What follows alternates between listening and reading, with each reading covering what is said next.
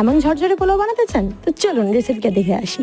বাসন্তী পোলাও বানানোর জন্য আমি এখানে 1 কাপ কামিনীভোগ চাল নিয়েছি। ভালোভাবে চালটা ধোয়ার পরে তার মধ্যে আমি দিয়েছি আদা বাটা, হলুদ, একটু স্বাদ মতো নুন আর 1 চামচ ঘি দিয়ে ভালো করে এগুলোকে মিক্সড করে 5 থেকে 10 মিনিট ঢাকা দিয়ে রেখে দিলেই হবে। ড্রাই ফ্রুটসগুলো আপনার পছন্দের, যদি দিতে চান তো আগে থেকে ওগুলোকে ভিজিয়ে রেখে দেবেন। এবার তারপরে কড়াই আমি তেল গরম করে নিয়ে তার মধ্যে দিয়ে দিয়েছি আবার 1 চামচ ঘি। এবার ঘিটা আর তেলটা ভালোভাবে গরম হয়ে গেলে তার মধ্যে আমি গরম মশলাগুলো দিয়ে দিয়েছি।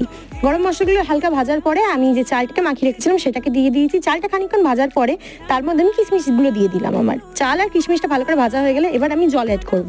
এইটাই হচ্ছে মেন জিনিস। আমি যেভাবে মাপটা নিয়েছি, মানে চাল থেকে আঙুলটা এত দূর অব্দি যেন জলের চোপে, তাহলে আপনারা একদম ঝরঝরে পোলাও পাবেন। তারপরে ঢাকা দিয়ে চালটাকে কুক করে নিতে হবে। যখন দেখবেন চালটা হয়ে গেছে তারপরে তার মধ্যে আমরা চিনি অ্যাড করবো। চিনিটা কিন্তু আগে দেবেন না। তারপর ফ্লেমটিকে অফ করে পোলাওটিকে একটি বড় পাত্রে দিয়ে ঠান্ডা হতে দেন। ঠান্ডা হওয়ার পরে দেখবেন চালগুলো নিজে আলাদা হয়ে